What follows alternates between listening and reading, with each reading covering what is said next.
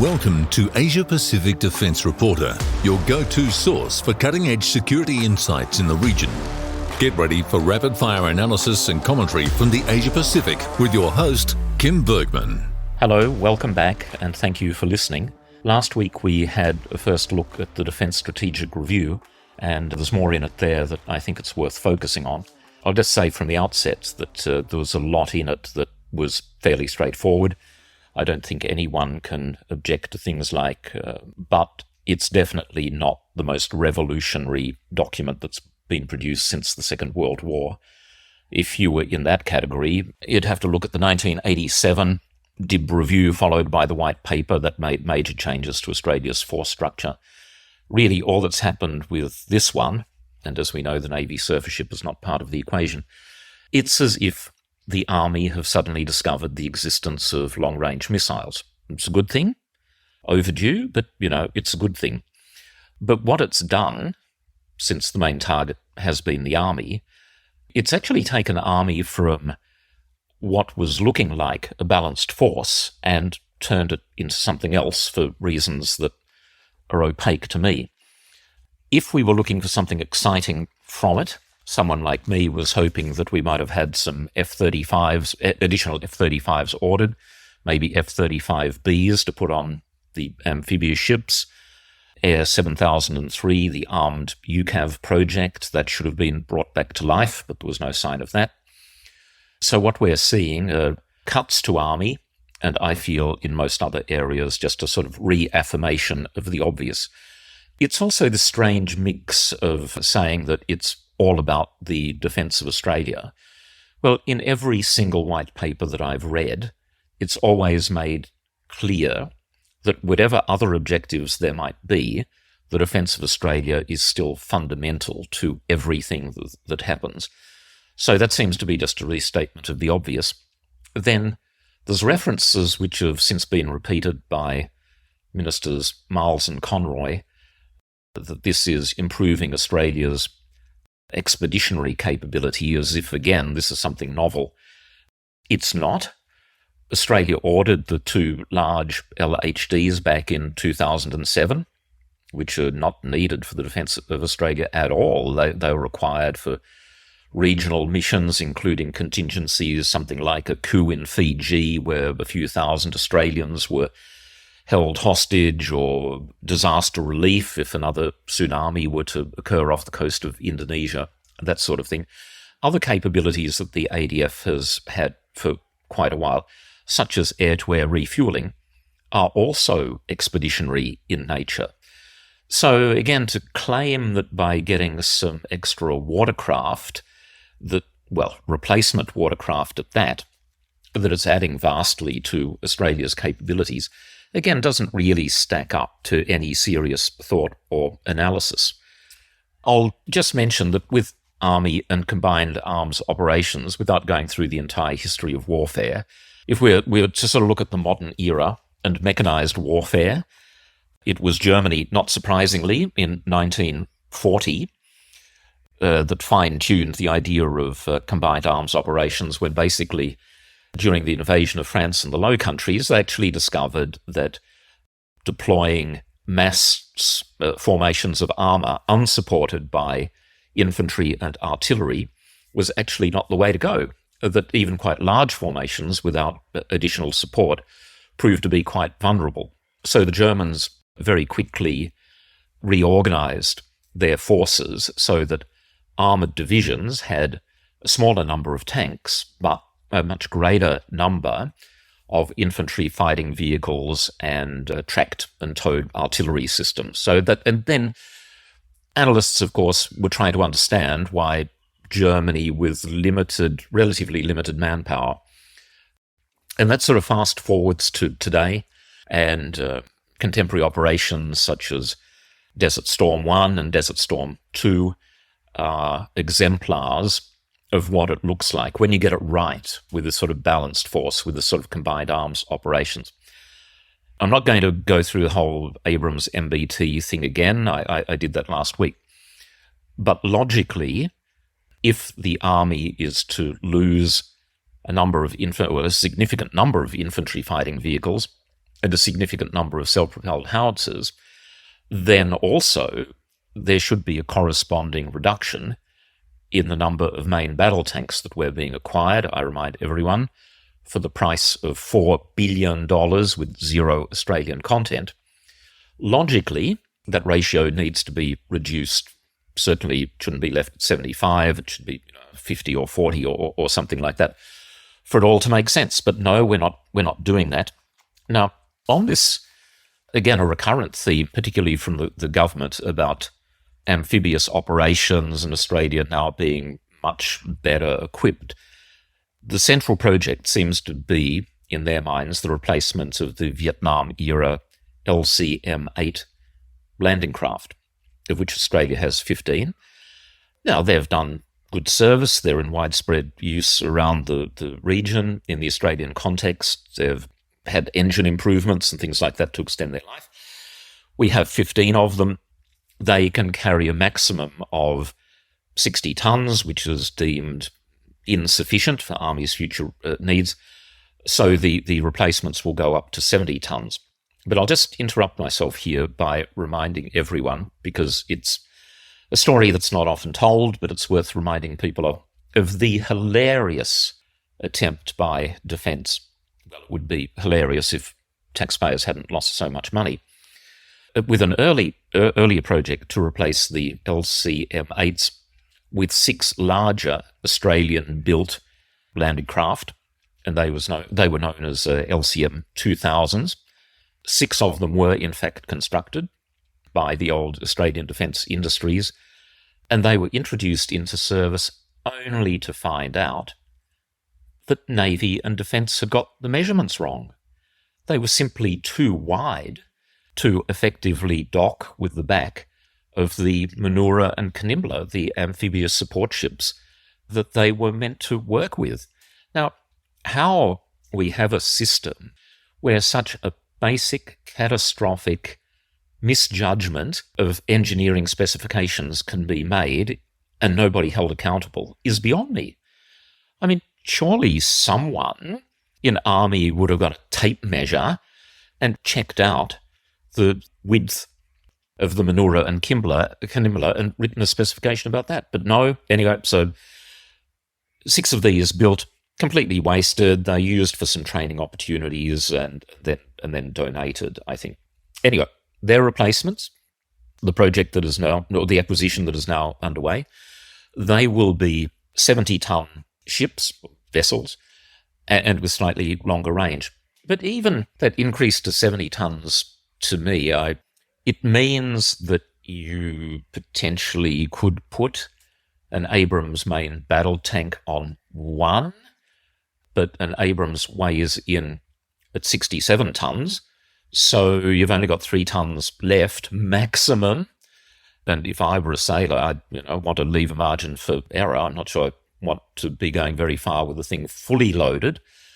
But even if you did do that, there's only a tiny amount of ammunition and fuel that you're going to be carrying. So from the point of view of deploying heavy armour, they don't make any sense either. Ironically, things like infantry fighting vehicles at around about 45 tons, okay, you're going to very comfortably be able to get one of those on, and people, and fuel, and ammunition.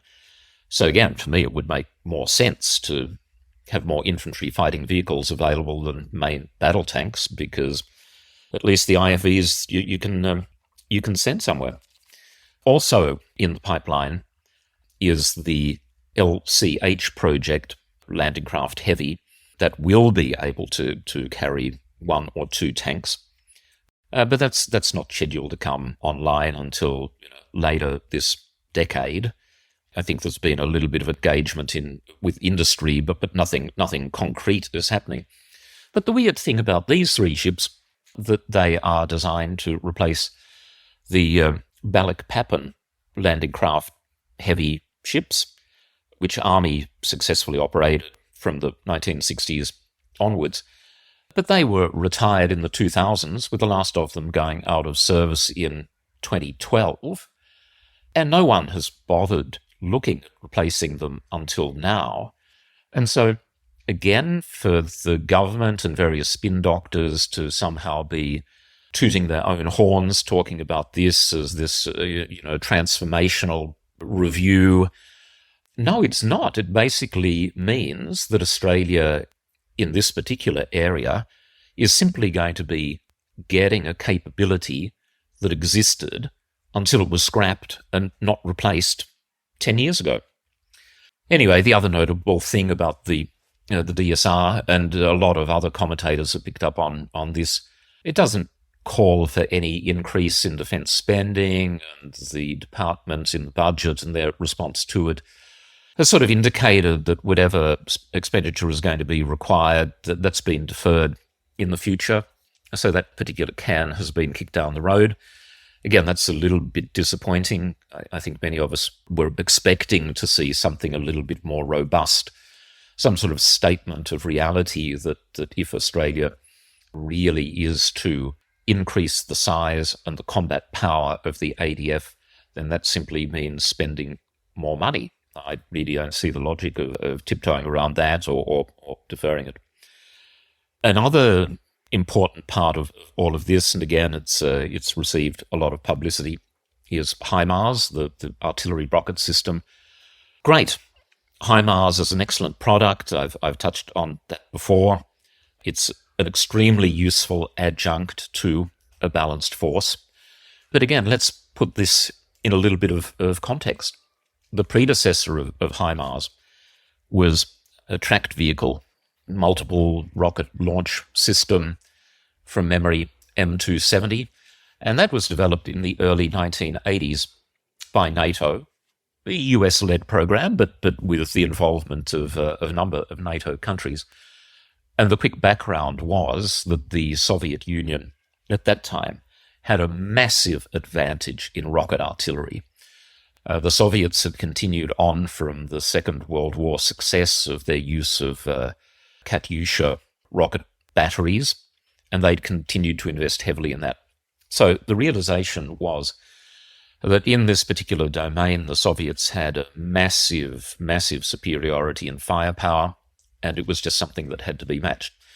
So the tracked MLRS was developed, good product, a range of missiles, robust system, but fairly heavy, around about 25 tons. So you could deploy it not on a C-130, but, a larger aircraft, and 25 tons is 25 tons. And by the way, in our region, Japan and South Korea recognized the usefulness of MLRS, and they supplemented some of their domestic programs with that capability. So there's a widespread acceptance that these systems were extremely useful. Australia took zero interest. Then in the 1990s, when the Cold War was over and when threat scenarios had changed, no longer was the West that worried about a massive armoured invasion from the Soviet Union. So they came up with the concept of HIMARS, which is basically taking the rocket pods from an MLRS and putting them on a 3-ton 6x6 truck. And that gives you your deployability. As I say, it's been a very successful system. There's been a lot of publicity showing how effective it can be in the Ukraine. And that's, by the way, using its very basic missiles, not the full array of what's available, mainly because the US and other countries don't want to antagonize Russia by giving Ukraine the potential to strike far inside Russian territory. So again, what we're looking at in Australia is not some revolution. It's not some sort of amazing transformation of the army. It's army catching up with a capability that has existed for more than 30 years in the form of the original MLRS, and certainly more than 20 years in the form of HIMARS. And in our region, Singapore bought HIMARS back in 2007. Presumably, Defence was just completely oblivious to this or didn't care or whatever. Now, I don't know whether the Singaporeans demonstrated HIMARS in Australia. I suspect they did, because they possibly still do, because they do so much of their training in Queensland. So if the army saw the Singaporeans operate HIMARS, they couldn't have cared less. 2019, the US Marine Corps comes out, they demonstrate HIMARS. Whoa, all of a sudden, it becomes all about HIMARS. And I might say that as good as the system is, there are rival products from a number of countries, most prominently South Korea and from Israel. Why Australia has not taken a look at these, I do not know, because the review talked about HIMARS acquisitions and missile acquisitions being accelerated in greater numbers. That's not going to happen. The US supply system is already fully loaded. Their priority is shoring up Eastern Europe to defer Russian aggression. I'm sure that behind the scenes, they wouldn't say it to Australian faces, they would take the view, we have had a couple of decades to get our act together in terms of rocket artillery. We've shown no interest at all. And now we want rapid deliveries of more of these things. I don't think it's going to happen. Some sort of handshake deal might have been done, but it just seems unlikely. If we want rapid anything, we should be talking to the South Koreans and the Israelis, but that's just really not going to happen. And again, we're starting to run out of time. So I'll just say a few words about self-propelled howitzers versus HIMARS. Self-propelled howitzers have massive crew protection, heavy armor. HIMARS does not. If HIMARS was ever on the receiving end of a counterstrike from, an airburst munition or something like that, the crew would be dead. It's not designed to survive some sort of counterstrike. A self-propelled howitzer is. A HIMARS, once it's fired its pod of 6 rockets, that's it. It has to be resupplied. At least an SPH comes with 47, 48 rounds on board. Just gives it more ability to sustain a rate of fire. In terms of maneuvering, they're both maneuverable, but in slightly different ways. HIMARS being a truck, you'll whip along a road pretty quickly, but a tracked self-propelled howitzer, you're going to be able to go across, difficult terrain. So they've each got advantages. My basic point is that the systems are complementary, whereas what the DSR has done, it's pretty much has said it.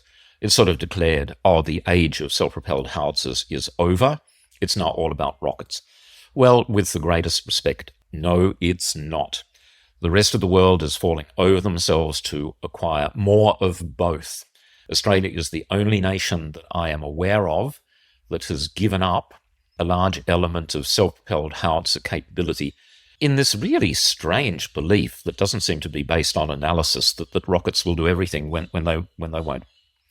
Well, that's it for this week. Thank you for listening. And if people will indulge me for a few extra seconds on a personal matter, and I'll elaborate on this at a future point, I'll just say to all of my fellow international travellers, if any of you want to travel and hope that when you reach your destination, your luggage will arrive on the same flight, my suggestion is try an airline other than Jetstar. Bye for now.